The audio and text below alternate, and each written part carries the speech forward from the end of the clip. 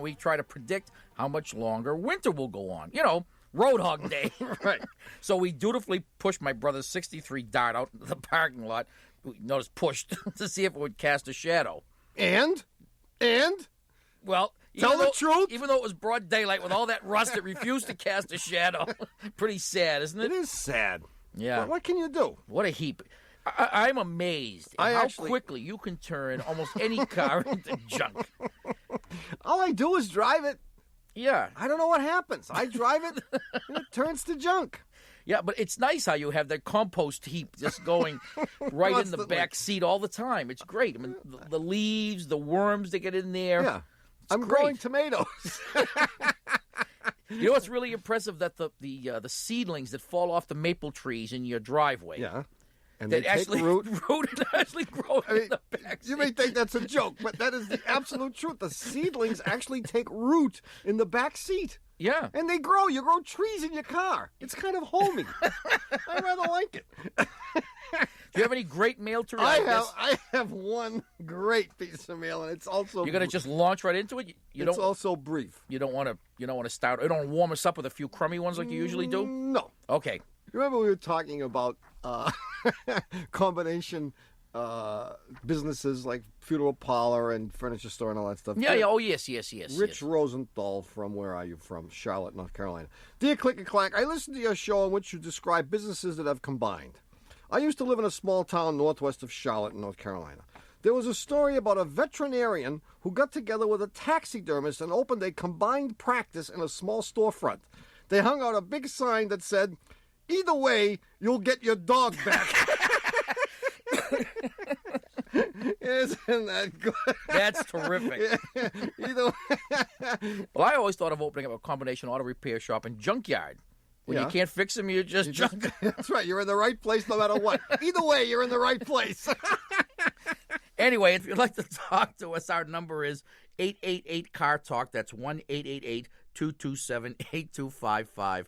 Hello, you're on Car Talk. Hi, my name's Brita from St. Paul, Minnesota. Brita? Brita. Rita with a B. From where?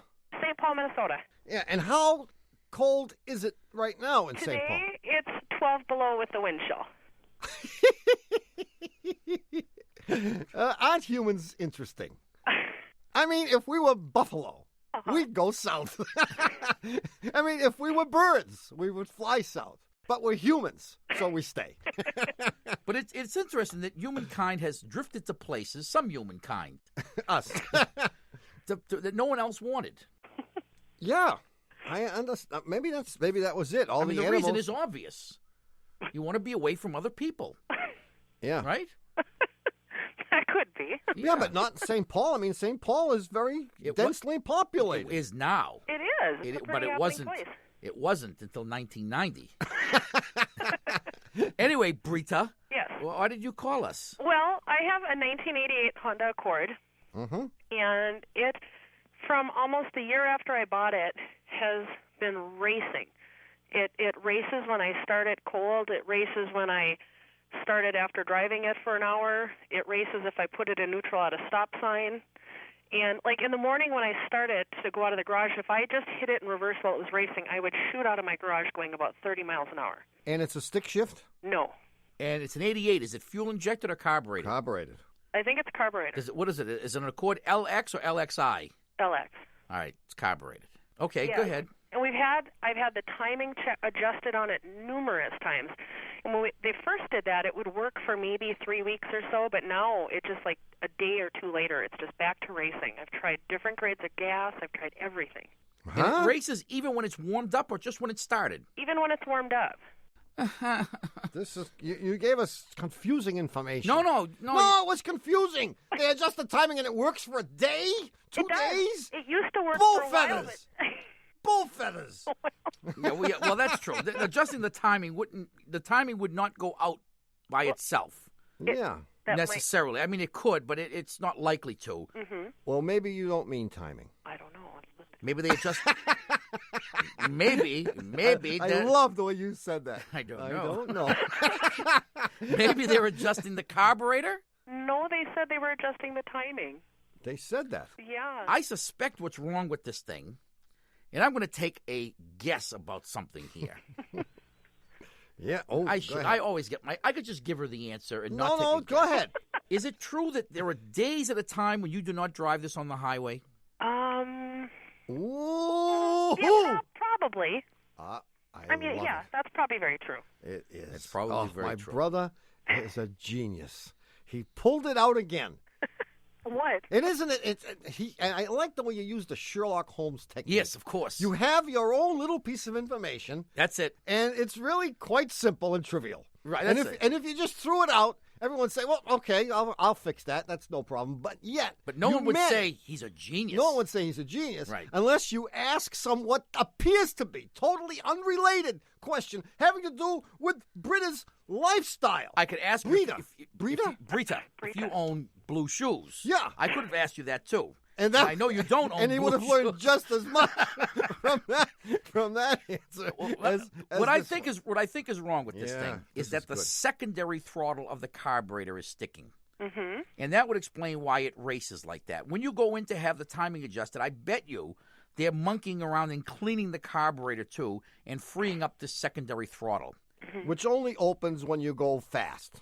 Except that if it doesn't close after you've gone fast, it stays open and the car will race because it's tantamount to having your foot on the gas pedal. Except the secondary throttle is not controlled by your gas pedal. It's controlled internally by the carburetor. Okay. Ask them to make sure that the secondary throttle is not stuck, and if it is, tell them to free it up. And if it means taking the carburetor off and taking it apart, tell them to do that because you're going to kill yourself. Yeah, it's very bad. You shouldn't be doing this. No, it's really terrible. It could be one of the controls, one of the emission controls that operates the throttle as well, because there are various things that will raise the idle speed, and all those are controlled by the emission control box. But you don't want to know about that because try this other thing first. Okay. See ya, Brita. Thank luck. you. Bye. 1-888-CAR Talk. That's 1-888-227-8255. Hello, you're on Car Talk. Yeah. Hey guys, this is Steve. I'm the UPS driver down here in Texas. For the whole state? The whole state, it seems. Some Oh, days. my God. Is it true? I mean, we have theorized Okay. that the emergency flashes on UPS trucks are hardwired at the factory, and they never go off. Every time you hit the brake is when they start flashing. It just seems that way. Oh, so when you go to sleep at night, if you do, they're not going on all night. But I you often do hear wondered about that. in your sleep that clunk, clunk, clunk, clunk, That's right. clunk, clunk. So what's up, Steve? Okay, well, I need some sneaky, underhanded advice, and you're the guys I'm turning to. Thanks. Okay. Okay, I've got new package car envy. All my buddies are getting these brand new Freightliner diesels with power steering and lumbar support and automatic transmissions, and I'm driving this sorry Beat piece up of old junk. It's 12 times repainted, right? Oh, last year I blew the engine on it, and they shoved a new one in there, and I dropped the transmission on it, and they threw a new one in there quicker than you could say Sonia Hennig's tutu. And I don't think there's anything I can do to this vehicle that's going to make the mechanics say, yes, it's time to send it out to pasture and get Steve a new truck. Well, how come all the other guys are getting new trucks? I don't know. What part of Texas are you working in? Well, that's sensitive because I don't want to give that away. You Well, know, just give us east or west. Oh, Central. That's what I thought. well, so Central's good because Central's in Central Texas, there are some hills. That's right. We have the hill country out here. So. You do have the hill country, and it would be unfortunate if the brakes failed. Is that right? Well, I mentioned the reason that UPS has adopted this rebuild it till the end philosophy is that it makes sense. Oh, it makes great sense. If the body of the vehicle and the frame are still in good shape, then it's crazy to forsake a vehicle just because the engine and or the transmission have conked out. Well, the whole vehicle is made out of non-rustable material. It was brilliant. I mean, They made it out of aluminium. Yeah. aluminum, plastic. Yeah. And it's absolutely brilliant. So should I bribe the mechanics maybe? And now these are union mechanics here. These are not your Well, run of the mill mechanics. Steve, I mean, it would be simple for us to tell you ways to sabotage the truck. I'm more interested in why they've chosen you to either bypass or Punish? overlook. Punish may be it. Punish. It may be that this is some kind of an expression of Of malice? Yes. No, not malice. I mean, I think it's an expression of Their unhappiness with you. No, the other way. I think they're proud. Esteem, that's the word. They're saying no one else is worthy of this old beater. Just Steve. I mean, Steve takes care of it. Steve is the kind of guy, these young whippersnappers, we have to give them these $150,000 trucks. When times get tough, they will be the first to go, Steve. All right. And you'll be plugging along there, going 35 miles an hour down the hills. Down the hills. And when the layoffs come, Steve, you'll get one of their new trucks. That may be. Maybe I'm looking at this from the wrong way. I think you are. I think you should be proud of the fact that you have an old beater. And install a cappuccino machine in the front there. Yeah, but if you can't wait, fire always works. Hey, thanks for calling, Steve. You bet. It's been a pleasure. Good Steve, luck. take care. All right. Bye. Bye-bye. 1-888-CAR-TALK or 1-888-227-8255. Hello, you're on Car Talk. This is Carla from Cedar Rapids, Iowa. Carla, baby. We were waiting for you to call. Who the hell is Carla? Carla with a C? Well, you could spell it that way. But it isn't, huh? And you would be right. Oh. Yippee! That's how I did it. Congratulations. Anyway, what's up, Carla? My car Yes. was a 1987 Ford Mustang, Was? a pearl of the highway. Yeah? And I still have an argument between my two brothers. I do not know which brother not to drive like. Oh. I can tell you that I mastered the technique. This was a standard transmission. I'm going to tell you exactly what you did. Shifting without using the clutch. Correct. And one of your brothers tried doing it, and... No, one of them says, yes, this is a good thing. You will save on the clutch. You will go so much further. You will go so many more miles. You will save so much money. The other said, no, you're killing the transmission. Don't do it, ever. What's the name of the second brother? That would be Wayne. Wayne. And what's the name of the other brother? Alan. Alan. So are you making your judgment by their names, or? No, he just wants to know which one to call a moron. And then tell you that his name should be Tom. So you obviously side with Alan because you believe that you are right and that you are indeed prolonging the life of your clutch. And I will agree with that. You are. Mm-hmm. But Wayne is right. Note that there is never any grinding when this happens. Well, I had for years, I owned a, this was a long time ago, an old Pontiac Le Mans. Oh, great vehicle. With a standard shift. 3 speeds on the floor. Which was more than enough because it had a 1,000-horsepower engine. But it also had a very heavy-duty clutch, and I developed this disease called Leptus calphus monstrous. And I couldn't bear to shift this thing anymore. It was driving me crazy. And I, like you, began to shift it without using the clutch. And I was pretty good at it, although there were times that I had to slow down an awful lot to get it into second gear. I mean, when I should be in third gear, I was actually in second gear, and I had to fool around with it a lot. And even though I was very good at it, I eventually did my transmission in. You will eventually cook the synchronizers in the transmission. Even though you say that you never have any grinding, that doesn't mean you do not you are not incurring stress on the synchronizers, because you're pulling it out of a gear and it's grinding against the synchronizer even though it's not making any noise. Okay. So if you can feel the slightest amount of resistance when you're moving it into or out of a gear, that's where the wear is coming from. Okay. That is not to say that it's impossible to do this without ever feeling resistance either coming out or going into a gear. It is possible. And again, in the interest of science, I think you should do it. I think we would want to know how long can you drive and not wreck the transmission. Does Alan have a manual shift car? Well, they both have had. Have had. Well, but not, until the not- government But stopped not them, right? currently. In their days of youth when you need to, Yeah.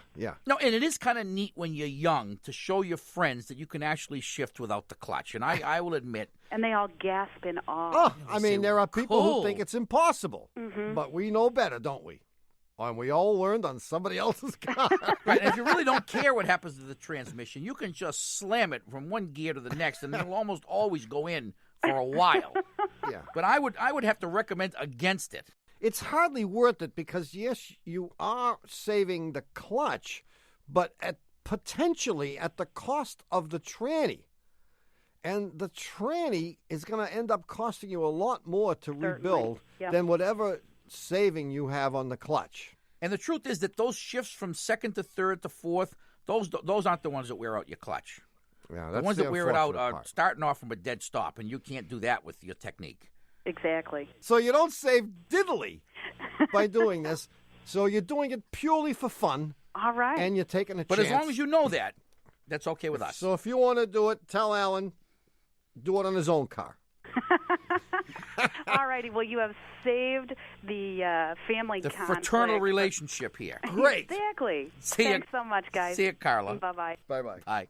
Okay, Tommy. Are you ready for your puzzler hint this week? Ready and waiting, sir. Okay, yes. here it is. It's an easy one.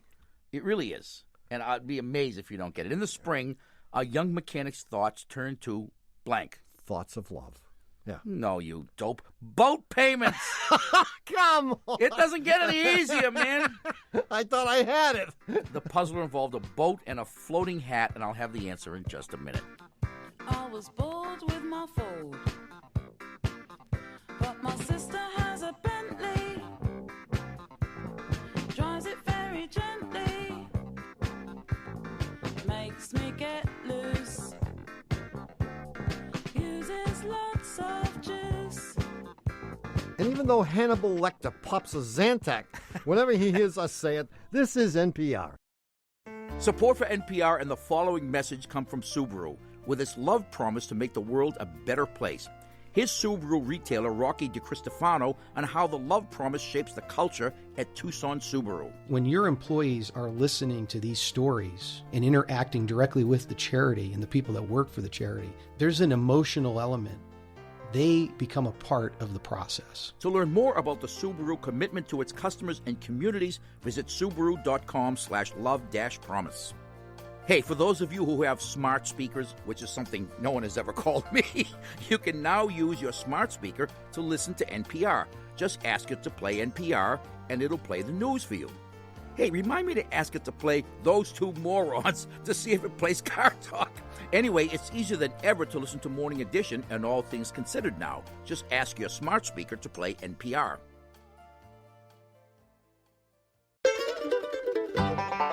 Hi, we're back. You're listening to Car Talk with us, Click and Clack, the Tappert Brothers, and we're here to talk about cars, car repair, and the answer to last week's puzzler. Yeah. You may recall, maybe you don't recall, that this was from my Hat in the River series of puzzlers. Throw your hat in the ring or in the river. Yeah. Well, here it is. It's the first day of spring or summer or whatever, and you decide to rent a little boat at the dock and go for a little boat ride. You're rowing upstream. Okay, you with me? Upstream. Okay, that means there's a current. There's a current. And you get a mile from the dock, and your hat flies off and lands in the water. It's just a car talk cat, so you say, forget it, and you keep rowing. Then 10 minutes later, you realize that your 2 tickets to that night's Sleepy LaBeef concert are tucked inside the sweatband. Oh. So you turn around and you start rowing downstream. You're now chasing the hat. And of course, you're rowing with the same number of strokes and the same intensity that you were rowing with upstream. And you catch up with the hat right at the dock. Yeah. Okay? The question is, how fast is the current? So let me go over the salient points here. Whoa, yeah. You go upstream for a mile A mile.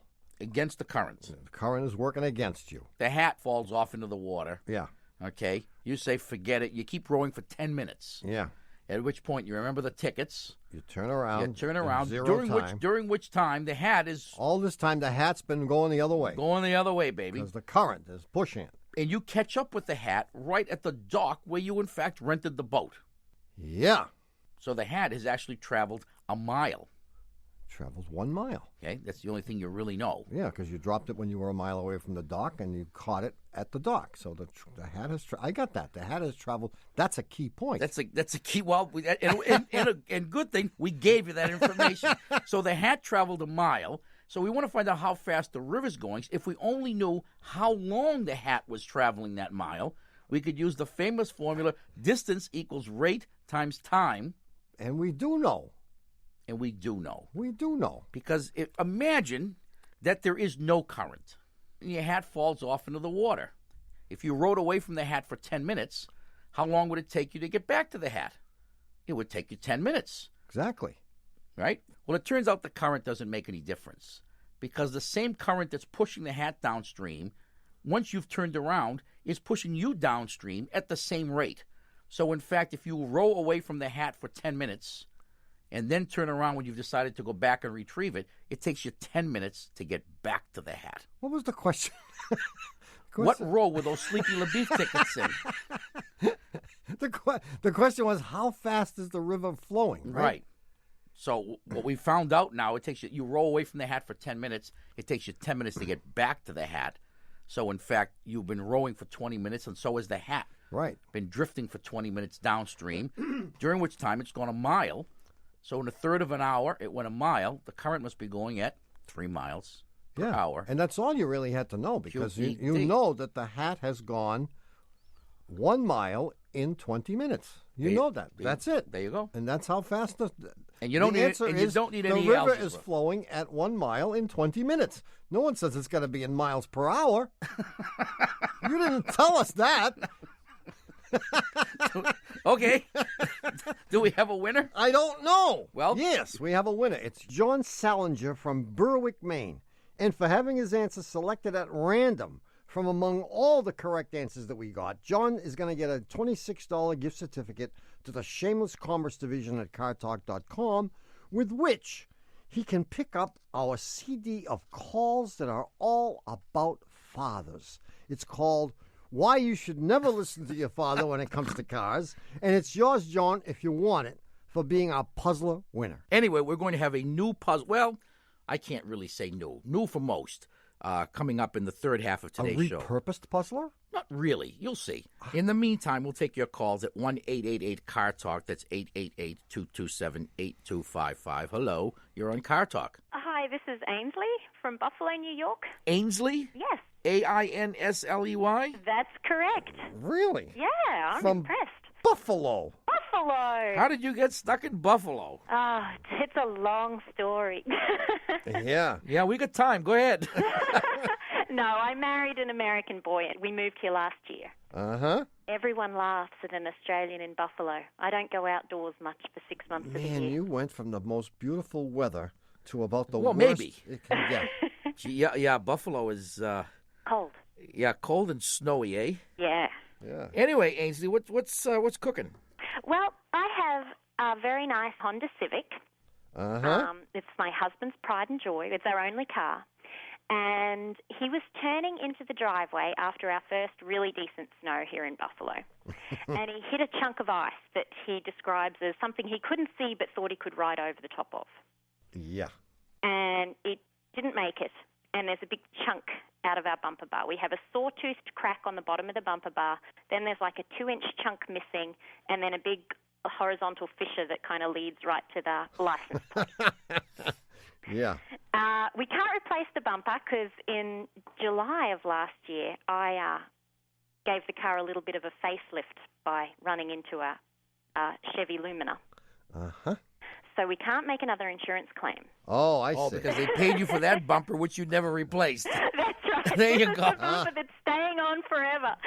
Yeah. So my husband epoxied it up. And he did a pretty good job, except that there's still a hole in it where we lost the chip. But it's all epoxied, it's all covered. But I do a lot of highway driving, and our car is absolutely covered in salt. You can't even tell what color it is. Yeah. It's so salty. And I'm really worried that I'm going to be driving an epoxied bumper and nothing else by the end of the winter because it's just going to rust it into nothing. My husband won't let me take it through a drive-through cleaning car wash. Yeah. No, he's Says it's afraid the gonna hot melt the water epoxy. will dissolve the epoxy. That's exactly what he says. He says it's all going to dissolve. If you clean it, it'll dissolve. No. No? No. Excellent. So I can take it through even one of those ones that washes the underside? Exactly. Sure. Oh, yeah. Really? First of all, you There should... are some cars that are all epoxy. Well, I know it's mostly plastic. But Well, Yeah, you no. should be comforted by the fact that the thing that you and he epoxied, the bumper, Uh-huh. is actually not the bumper at all. It's merely the bumper cover. the plastic cover. Right. I mean, there's a fascia that goes over the real bumper, Uh-huh. which is made out of steel. So you have a real bumper protecting you, and even if this thing were to fall off, which you know it's going to, Yeah. because he Mickey Mouse repaired it, it won't affect the crash worthiness of the car if it had any to begin with. Its crash worthiness is decreasing, let me tell you. Yeah. But if you don't wash it, you will shorten its life because I'm sure they must throw tons of salt on the roads in Buffalo. Oh, unbelievable amount. What did they do in Buffalo before there was salt? Or was there always salt? I don't They know. didn't go anywhere. They just looked out the window. They said, and looked at the "Gee, snow. we should They throw put some salt salt on down this and stuff. some Maybe we could leave the house." Some days you still can't leave the house, even with salt. Well, yeah, I mean, it's unfortunate that the price we pay, I mean, for being able to leave our houses is that we ruin our cars. and you can help by doing the undercarriage wash and all that. Okay. But it doesn't help a whole lot because as soon as you leave the car wash, the salt gets right back right back up there. again. But it does help a little bit, Okay. But go to the car wash. Go to the car wash. I'll do that Sure, right no now. problem. Tell them it's And all if right. If it breaks, it's his epoxying job, not the epoxy. Exactly. Absolutely. See you, Ainsley. Good luck. Thank you very much. And Bye-bye. welcome to America. Thank you. Bye-bye. 1-888-CAR-TALK. That's 888-227-8255. Hello, you're on Car Talk. Hi, guys. This is Scott from Chapel Hill, North Carolina. Hi, Scott. Yeah. What's happening? Well, I have a truly bizarre problem. You've probably never heard of this. I have a 95 Ford Explorer, and it sings. Sings. It makes a really loud musical tone under the hood. And, Under the hood. Yeah, and it sounds actually just like a French horn, I swear. It goes... French. Ba, Ba, ba, ba, ba, No, ba, no. ba, ba. and the thing is, it only does it when it's at idle. Well, I'm going to ask you one very profound Penetrating. penetrating. Question. What, am I sick? No. Does it have to do with the color? No, it does not have to do with the color. That was my next That was question. your backup question. Does it run perfectly smoothly at idle? Now, before you answer, think of the consequences, and really think about how it ran before it made this noise compared to how it runs now. No, it runs smooth. Son of a... And the only other clue I can give you is that it doesn't do it right when I start it up. Well, the only reason I mention this is we had, back in 1959... We had a 59 Ford Explorer. No, we had an Explorer in the shop a few months ago that was making... I mean, I don't know what your French horn sounds like, but I know what mine sounds like. And we had one that was making what I could have believed was a French horn sound. Mm-hmm. And it turned out to be a vacuum leak. You know, remember the old days when you were a kid, you took a piece of tissue paper and a comb, Sure. and you blew across that thing, and you got that tissue paper to vibrate against the comb? Right. Those are the days when we used to carry combs. I don't carry a comb anymore because, I have nothing I to don't comb. need one anymore.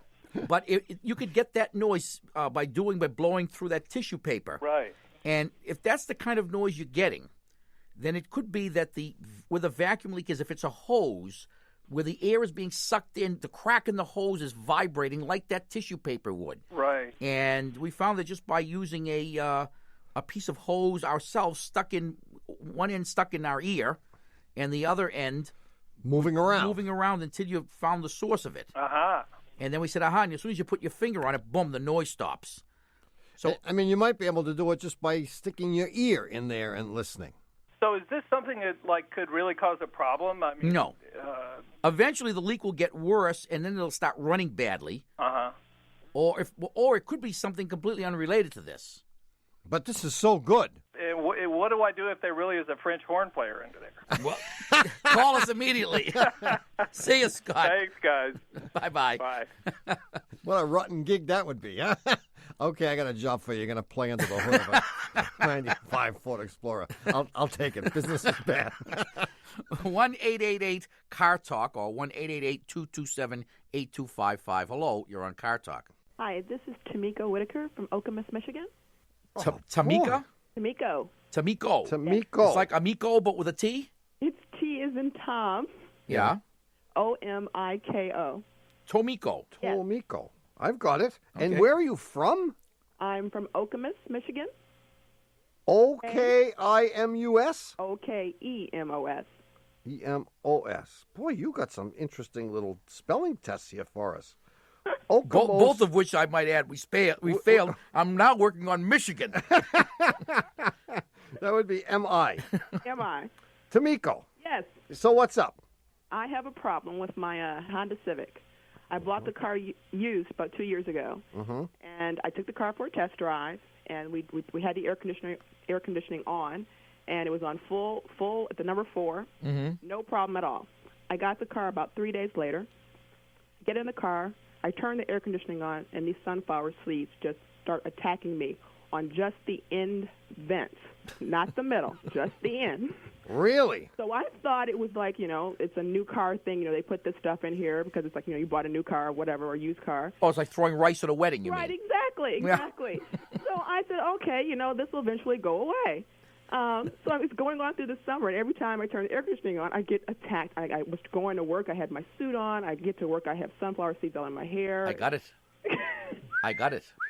So I got it. I don't know how to get them out. Now, I originally thought that an inconsiderate salesman had inadvertently spilled a package of sunflower seeds down the defrost vent. No, but I will take that back. A creature, a rodent, has found a sunflower in your neighborhood. A pack rat. And is storing the seeds in your ventilation system. But I'm 70. I commute from Ann Arbor to Okemos. They couldn't possibly find. Wait, now this happened the day you picked up the car. The day I picked up the car. I mean, let's look at it from the rodent's perspective. Okay. From the rodent's perspective, your car doesn't move.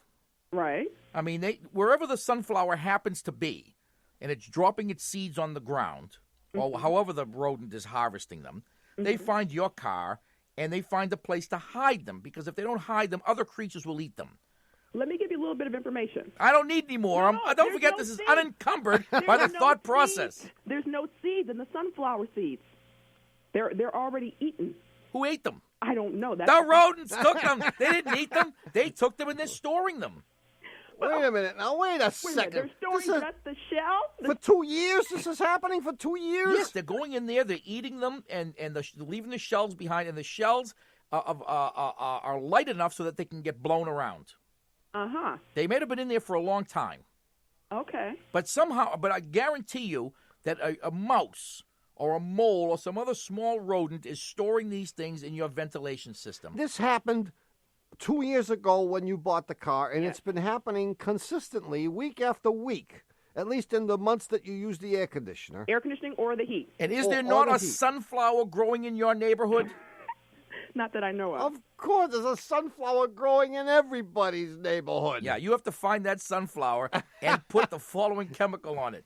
Triox, vegetation killer. I got to get these sunflower seeds out my car. Well, why? Well, they may not be in there. I mean, you may be, in fact, blowing them out. Okay. You are blowing them out, but what you have to do is prevent more from getting in there. Okay. These seeds have been stored in there a long time ago. That sunflower is long gone. Okay. But next spring, I would this problem. canvass the area, so to speak, and find out who's planning to plant sunflowers and discourage them. Okay. See you, Tamiko. You've been very helpful. I'm sure. Bye-bye. Thank you. Wow. Good luck, Tamiko. All right, look. Before we get to the new puzzle, we need to take a short break. Yeah, I don't know why we need a break. I mean, it's not like we're busting them here. We're drinking coffee. We're taking a few calls. The break's not for us, knucklehead. The break is for our poor, suffering listeners. And a minute is all they're going to get? That's too bad. We'll be back with more of your calls and the new puzzler right after you guys get away from us for a minute. I've got a used car heart. I ain't got no love, but I'm ready to start. I've got a used car heart. I've been driven through a lot of heartaches. I've got a used car heart. The battery's good and the tires are fair. I've got a used car heart. Baby, won't you come and drive me away? And even though mass communications majors get a sudden urge to switch to metallurgy whenever they hear us say it, this is NPR. I'm Ophira Eisenberg. Join me on NPR's Ask Me Another as we challenge contestants and celebrities to nerdy word games, music parodies, and ponderful trivia. Find us every week on the NPR One app and wherever you listen to podcasts. Ha! We're back. You're listening to Car Talk with us, Click and Clack, the Tapper Brothers, and we're here to discuss cars, car repair, and the new puzzler. Yes. And Well, when I said this was a new old puzzler, you're going to remember. New old stock. Yeah. This was sent by a guy named John Tomasetti from somewhere out there, some .com place, .com. Anyway, he says this is a real-life situation, actually happened to me, et cetera, et cetera. He has a 1982 Jeep CJ7, and it had sticky front brake calipers. So he decided that he was going to rebuild them himself. So he said, I bought the rebuilding kits for both front wheels and proceeded to rebuild the calipers myself. The rebuilding kits included all the necessary O-rings, dust boots, as well as new steel pistons to complete the job. I proceeded to rebuild both of these front calipers, feeling good that I had no spare parts left over. And I was satisfied that I did the rebuild job correctly, and in fact, my work was flawless. However, he goes on, when I finished the job, I couldn't seem to bleed the brakes properly. The pedal went to the floor as if there were air trapped in the system. I must have bled a gallon of brake fluid through the system to no avail, but there were no leaks. Finally, I take the Jeep to a shop, and using their professional equipment, they bleed them to no avail. Wow! Finally, they say, you need a new master cylinder. They what? Replace the master cylinder 3 times to no avail. They check the lines, they check the rear brakes, everything in perfect condition. They give up. Wow.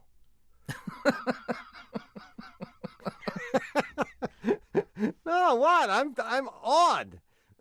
After 5 days, 3 more master cylinders, and many more gallons of brake fluid, he takes the thing to the Jeep dealer.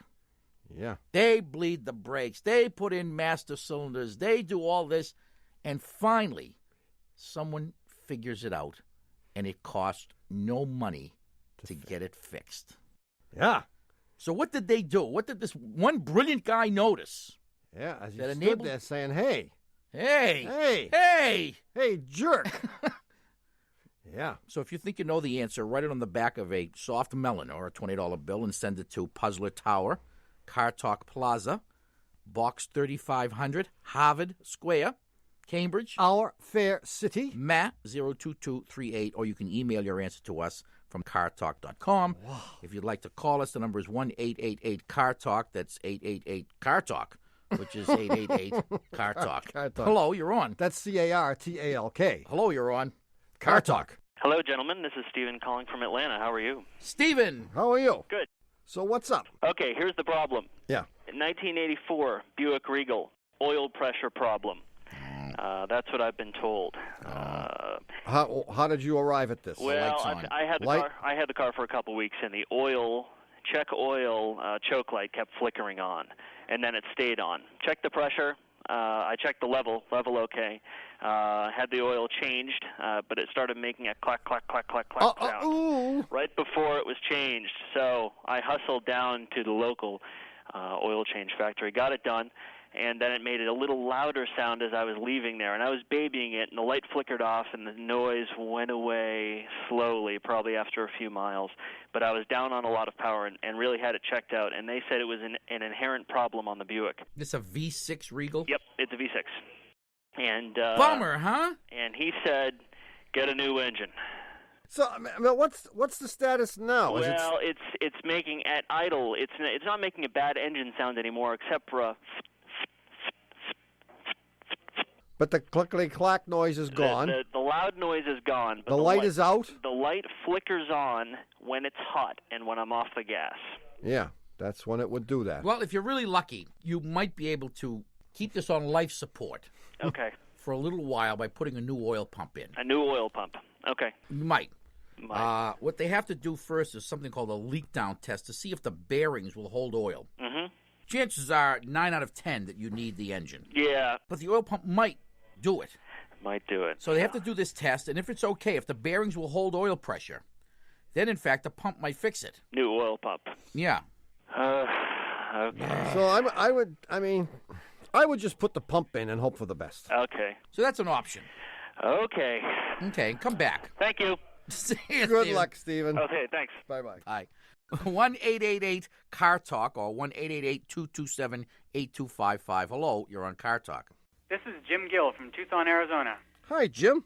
I've got a post-hoc ergo Prater Hawk question. Yeah, post-hoc ergo propter hawk, yes. Oh, okay, I thought you'd love that. Yes, we're ready. I've got a Subaru wagon with about 75,000 miles on it, and a couple months ago it was starting to make clicking noises from the front left. That'd be my brother's category, then he's click. Okay. Yes. And so I looked under there, and my CVJ boot was ripped. Yes. So I replaced the front left transaxle. The half axle. Yeah, the Right. half axle, and drove it for a week, and it was great. You replaced it with a brand new one? A rebuild. A rebuilt. And lo and behold, Well, the noise for a week, returned. and it was fine. And then my conscience got the best of me, and I decided to replace the boots on the right-hand side. The boot. The boot. Actually, there's one on the inside, Right. too. Yes. Yeah, the Four altogether. The DOJ boot. Yeah. You got it. Right. Okay, so then I took it apart, flushed it out, greased it, put it back together, put the boots on, drove it, and in second gear at about 3,000 RPMs, the car undulates laterally. It undulates? Sure. Yeah, so what's your point, Jim? Why is it undulating? Because you didn't pack the grease in there. No. Certainly. I mean, you cleaned it out with what? Gasoline. A solvent. I flushed it all You out. flushed it all out. Yeah, and you put new grease in. Yeah. Yeah, but I'll bet you didn't No. all the whatever solvent you use, you didn't get it out because you got is the thing is seizing up on one side and it's not getting torque and it's zonking back and forth. It's perfectly clear to me. Post hoc ergo propter hoc. I have spoken. Well, I figured that, took it apart and it was working just fine, and all I did was clean it and put grease in, and then it's not working. Isn't that a bummer? You got it. It makes one believe in the old maxim: if it ain't broke, don't break it. Well, you may have done that, but when you replaced the first axle, everything was peachy. Peachy keen, and the other boots weren't torn. Nope, but they were kind of starting to crack. You know how rubber gets when it's old. Boy, you should have left those Why alone. didn't I you guess. leave those alone? I mean, there's always the possibility that you did that job correctly, but in fact you did something else incorrectly. Is it possible that you didn't tighten the axle nut enough? Well, I torqued it to 174 pounds. Boy, is that what it's supposed to be? I never knew that. Yeah. I mean, when you say it undulates left and right, if you actually sort of loosely held onto the steering wheel, would the car like left and right, left and right, left and right? It would correct itself. Would it head for the left and then correct itself to the right, or are you correcting it with the steering wheel? No, I think it would stay a straight course, but it would just kind of sway from side to side and rapidly. Okay. And it only happens when I accelerate, and only in second and third gears around 3,000 RPMs. And if you go above that speed, then it smooths out. Yeah. And it doesn't happen when I'm coasting or decelerating. Oh, you screwed up the joints, Jim. Why didn't you leave well enough alone? No, well, you may not have screwed them up irreparably. I mean, I'll bet you the only problem is you don't have enough grease in there. Okay. Well, that's your only hope at this point. Yeah. Take both of the joints apart on that right side. Yeah. And the other possibility too. I mean, I hate to accuse Jim of being a screw up. There is the possibility, Yes. although it would be extremely coincidental, that at the same time that he did the right side, that some defect appeared in the left axle. Yeah. So the rebuilt one you bought, and they're notorious for being faulty. Some rebuilders do quite a poor job, and we've had quite a few returns on rebuilt ones. Yeah. And we try not to use them very much anymore. So I it's have a possible that suggestion. something went wrong with that rebuilt one. I have a suggestion. Put it up in the air. Put it up in the air and run it in gear. Right? And and watch both of those front wheels very carefully. One of them will be jerky and the other one won't. And the jerky one is my brother. I mean, the jerky one is the problem. Great idea. Yeah, what you need to do is take it to a garage where they'll put it on the lift. Okay. And you can watch it turn and they'll say, yeah, that's the bad axle. The new one you put in is no good. That's what it's going to. Hope for that, Jim. I think Jim has called this perfectly. Post hoc, ergo propter hoc. Would you care to translate that After for the... this, therefore, because of this. Right. Well, Oof, my Latin is getting better. Thanks, Jim. Well, thank you very much. Good luck. Bye-bye. Bye-bye. Buy another If axle. it ain't broke, don't break Is that it. what that means? Propter... It means if it ain't broke, Post hoc, don't ergo break it. propter hoc. If it ain't broke, don't fix it. Yeah. Post broke, ergo propter broke. Broke us. 1-888-CAR TALK or 1-888-227-8255. Hello, you're on Car Talk. Hi. Yeah. This is Maria Teresa. I'm calling you from North Carolina. Maria Teresa. Teresa. Hi. Wow. North Carolina. Yes. The whole state. Well, actually, I'm from Chapel Hill, but since one of your last callers was from Chapel Hill, I was embarrassed that we were getting more than our fair Yeah, you share. Chapel Hillians are ganging up on us. Yes. So are you related to academics in any way? You college professor, student? Or Mother Well, Teresa? I'm almost a tenured student now. A tenured student? Oh, you can become that.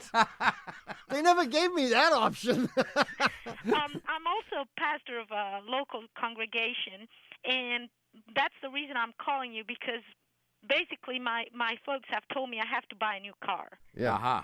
I drive a Nissan Sentra that has over 150,000 miles, and my husband drives a 92 Mazda Protege with over 140,000 miles. And we like our cars, and we're kind of having a hard time deciding which one to get rid of, but also we need to know what to buy. Wow. And the new one has to last at least 10 years. Oh, of course. Right. But I tell you, the good news is the folks in my church took up a collection. They thought I was never going to, go out and buy something. So for my birthday in November, they gave me $2,500, which is really nice for this little church. But now they're asking me every Sunday. When are you going to buy the car? Yeah, or can we have our money back? Yeah, with interest, if you don't Either mind. buy a car or give us the money back. Right. So I'm kind of getting desperate. I'm embarrassed to show my face in church. So Yes, so's my brother. Well, if they gave me $2,500, I'd show up. Oh, so is there something that you think we could get that's about a couple of years old that would be solid, last about 10 years? What's your budget? $10,000? Right. How big is the family? 5 members. I have 3 kids. 3 kids. How 4 far? to 17 years old. Are there any of these kids who would like living with a relative maybe for a few years? Well, my son, the 17-year-old, is planning on driving it, so it can't be one that looks too much like its mom's car, Oh, we got to add that to the mix. Yes, I'm sorry. Okay, but let's face it. It's rare that all 5 of you are in the car at the same time. Isn't that not true? No, I hate to say we like to go places together. And the 17-year-old has not decided that his parents are complete losers and doesn't want to even be seen with you yet? Not as long as we let him drive. Okay, and how many miles a year do you drive? About 25,000. Man. You need to relocate. Man. Well, we're waiting for them to build the rapid transit system, here in the Triangle. Maybe I should. But they haven't started yet, have they? No, they haven't. They're working on it, though. They're working on it. So we're going to address the car you're going to have to buy. Okay. I think no matter what you get, Okay. your 17-year-old son is going to hate it and you. Oh. And now us. Oh, no. Yeah, well, it doesn't matter because no matter what you do, he's going to hate you. But if you want something that you're likely to get 180,000 miles out of, in the life of the vehicle, I think I have to recommend like a Toyota van. Toyota van. Like a Sienna. Uh-huh. Or a Honda Odyssey. Okay, I'm hoping somebody out there that has one of those to sell is going to call me as soon as they hear this show. You do, huh? No. It will embarrass my son a little bit, but... Yeah, well, once you buy it, he's going to run away from home anyway. Yeah, because you'll be such an embarrassment to him that he won't want to be associated with you anymore.